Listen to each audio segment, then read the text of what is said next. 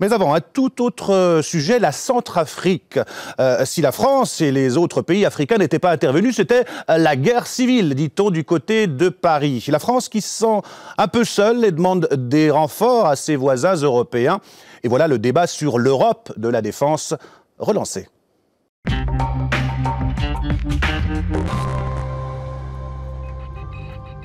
Après le Mali, c'est la deuxième fois en moins d'un an que François Hollande revêt son uniforme de chef de guerre et lance l'armée française dans une opération destinée à rétablir l'ordre en Afrique. Certes, le président a pour ce faire la bénédiction internationale que lui confère la décision du Conseil de sécurité de l'ONU, mais l'appui de la communauté internationale, et en particulier de nos partenaires européens, s'arrête là. Certes, 2500 soldats de différents pays d'Afrique sont sur le terrain aux côtés des 1600 hommes dépêchés par Paris. Mais les troupes de la MISCA, les troupes africaines, si elles ont reçu l'ordre de leur commandement d'assurer la neutralisation des bandes armées, se sont jusqu'à présent contentées de garder des bâtiments et de faire des rondes, en laissant le travail ingrat et dangereux de désarmement des milices à la France, qui a déjà perdu 2 de ses hommes. Si la France est intervenue en Centrafrique, nos partenaires européens, eux, jouent toujours aux abonnés absents. Certes, les Anglais ont promis quelques moyens de transport, mais leur soutien s'arrêtera là. Les Allemands, eux, jouent leur partition sur le thème « On ne nous a rien demandé ». Quant à l'Europe du Sud, Italie, Espagne, pourtant directement intéressées par ce qui se joue de l'autre côté de la Méditerranée, l'Europe du Sud, elle, semble hors du coup. Alors question, en Centrafrique et en ce qui concerne la défense, l'Europe aurait-elle démissionné ?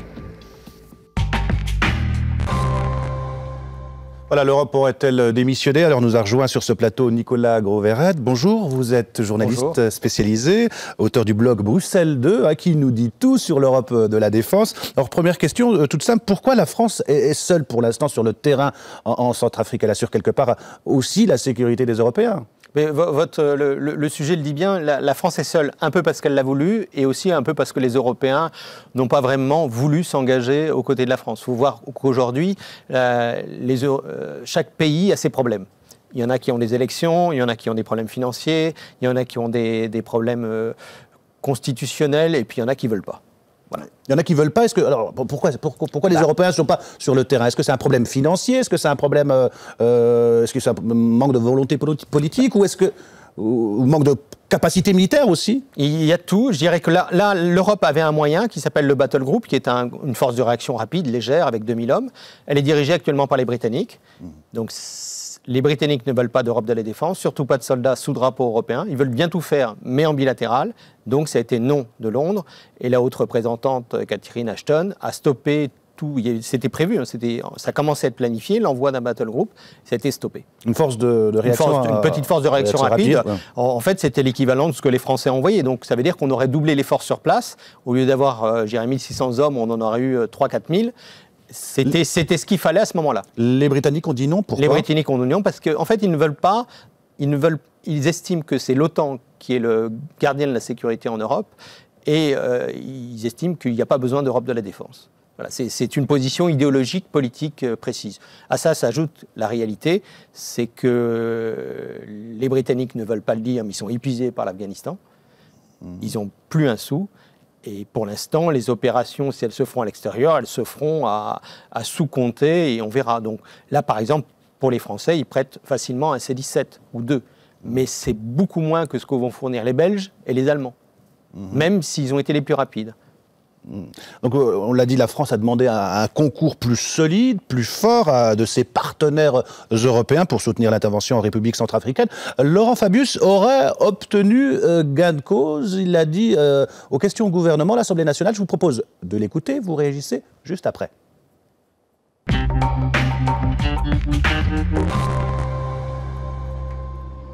Je crois pouvoir vous affirmer, compte tenu des démarches qui ont été faites par la France, que nous aurons bientôt des troupes au sol qui seront apportées par nos collègues européens.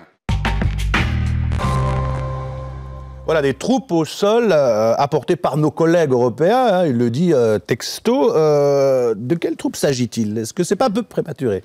Le mot bientôt est important. Voilà. Bientôt, c'est pas aujourd'hui. C'est-à-dire? Donc le mot, pour ce que l'on sait, en fait, tous les Européens qui ont été testés ont apporté ce qu'ils avaient promis. c'est-à-dire des avions. Donc on a pour résumer le Royaume-Uni, l'Allemagne, la Belgique et la Pologne. Là, on parle de troupes au sol. Hein. Les troupes au sol, il y a 2 ou 3 pays, plusieurs pays ont été testés. Il y a la Belgique et la Pologne. Ces 2 pays n'ont pour l'instant pas donné de réponse, du moins ferme. Ils ont des procédures internes, ils ont aussi l'engagement de forces. La Belgique privilégiée pour des considérations de langue aussi. On parle oui, parce que et puis il y a une certaine habitude aussi à s'entraîner en commun, etc. Bien sûr. Et c'est une région qu'elle connaît bien, qui est quand même très proche de la région des Grands Lacs. Mais justement, ça pose problème pour la Belgique. Donc, la Belgique est d'accord ou pas alors? La Belgique n'a pas encore donné son accord. Et il n'y a pas eu de discussion. La Belgique est en coalition. Il faut voir, il y a une coalition gouvernementale. C'est pas parce que éventuellement un ministre peut être d'accord que l'ensemble du gouvernement est d'accord, d'autant plus que l'engagement de troupes terrestres de combat dans un pays proche de la région des Grands Lacs, ça pose plus qu'un problème politique à la Belgique. Donc ça, sans doute, ça pourra être fait à un moment donné, mais du moins d'après les informations qui remontent, ça n'a pas encore été totalement acté. Et côté polonais, le Premier ministre l'a dit il y a quelques jours, c'est oui pour l'avion de transport, pour le reste on verra. Pour l'instant on est en Afghanistan. Donc ça veut dire qu'en gros, quand on se sera un peu retiré d'Afghanistan, c'est possible. C'est pas un non, c'est on va dire un oui de principe, mais plus tard. Donc le bientôt de Laurent Fabius, c'est peut-être un peu plus tard.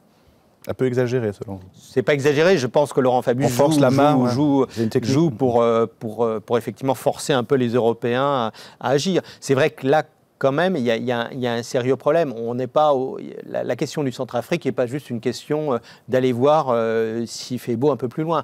On est face quand même à un massacre, des massacres. Le mot de génocide a été prononcé un peu rapidement, mais même la commissaire à l'aide humanitaire, Kristalina Georgieva, qu'on a rencontrée, elle dit, qui est très très prudente sur ces terminologies, elle dit la question d'un génocide n'est pas purement hypothétique.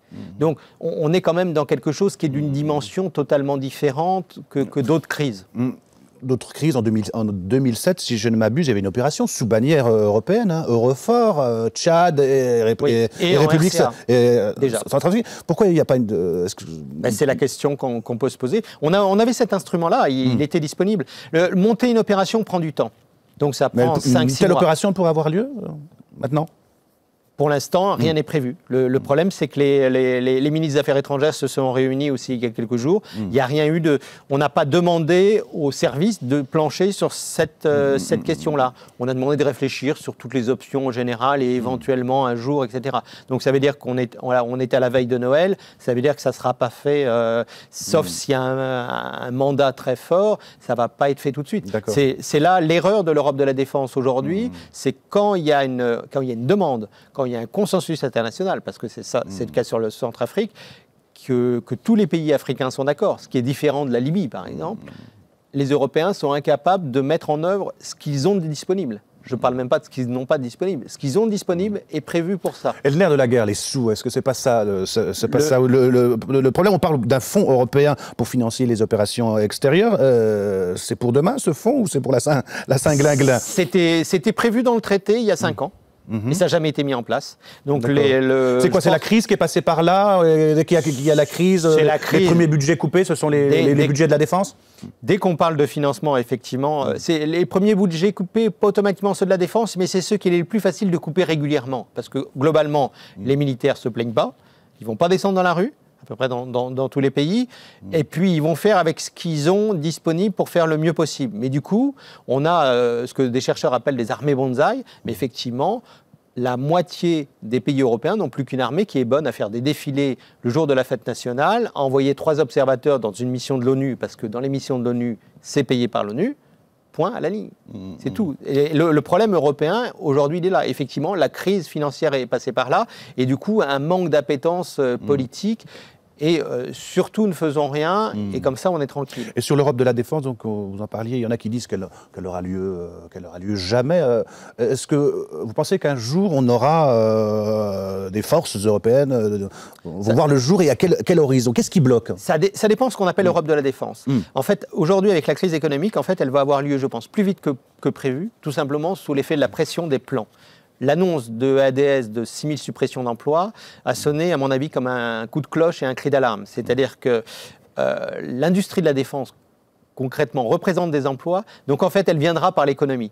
Elle ne viendra pas par l'opérationnel pour l'instant. Parce qu'effectivement, ce qui bloque dans l'opérationnel, c'est un risque politique, très clair. Il faut savoir, en France, on a moins de risques. Mais il faut savoir que la plupart des pays sont en coalition et doivent avoir l'autorisation de leur gouvernement et souvent de leur parlement. Il faut savoir que le gouvernement néerlandais est quand même tombé à cause de l'intervention en Afghanistan.